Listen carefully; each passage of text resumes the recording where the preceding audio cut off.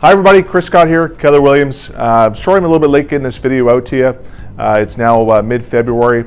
Looking back on January and the numbers, it was amazing to see that the sales were up 16% in January. Considering the weather that we've had, I think that's a pretty big accomplishment, and also shows you just how motivated buyers are right now in the Ottawa market. Over the last 2 weeks, the first 2 weeks of February, I've been watching the hot sheet every day, and what I'm seeing is that a lot of the houses that are coming to market right now are selling for above their asking prices. Okay, and I see that trend continuing, especially in the red hot market of under 500,000, and the suburban townhouse still seems to be the hottest segment right now.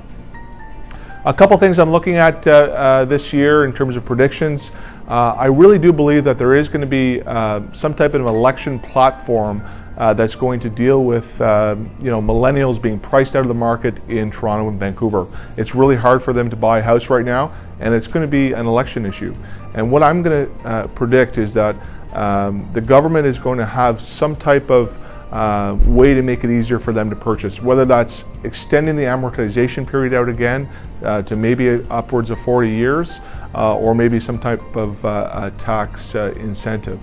But something is going to change there. I think the stress tests that they put in place is going to continue to stay in place, because I think it's a good thing to have, but it'll be interesting to see what happens there. Also, what I'm looking at this year, I think when 2019 is all wrapped up, I think we're going to see an absolute record number of people who bought a real estate in Ottawa as an investment. There are so many investors out there right now in the marketplace.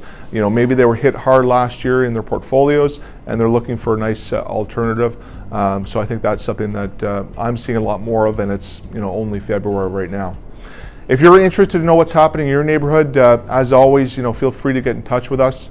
We're happy to get you some neighborhood trends and tell you exactly what's happening in your area. Thanks very much for tuning in.